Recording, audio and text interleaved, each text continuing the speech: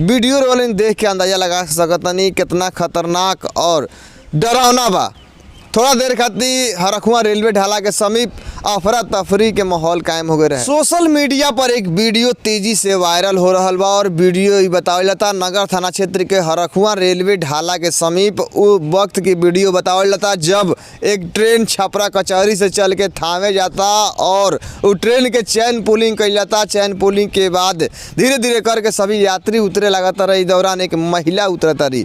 जब महिला उतरता रही उनका पैर फिसल जाता जौना के वजह से ट्रेन के चपेट में आवे से बाल बाल बच जाता रही। बहुत बड़ा हादसा टलल बावे। हालांकि स्थानीय लोग के सूझबूझ से महिला के जान बचा लेवल बावे। महिला बरौली थाना क्षेत्र के रतन सराय गाँव के निवासी बतावल जाता रही जौन एक बच्चा के साथे बरौली से गोपालगंज इलाज करावे आयरली।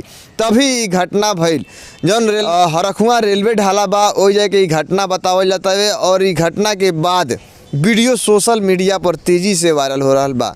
वीडियो रोलिंग देख के अंदाजा लगा सकतनी कितना खतरनाक और डरावना बा। थोड़ा देर खातिर हरखुआ रेलवे ढाला के समीप अफरा तफरी के माहौल कायम हो गए रहे।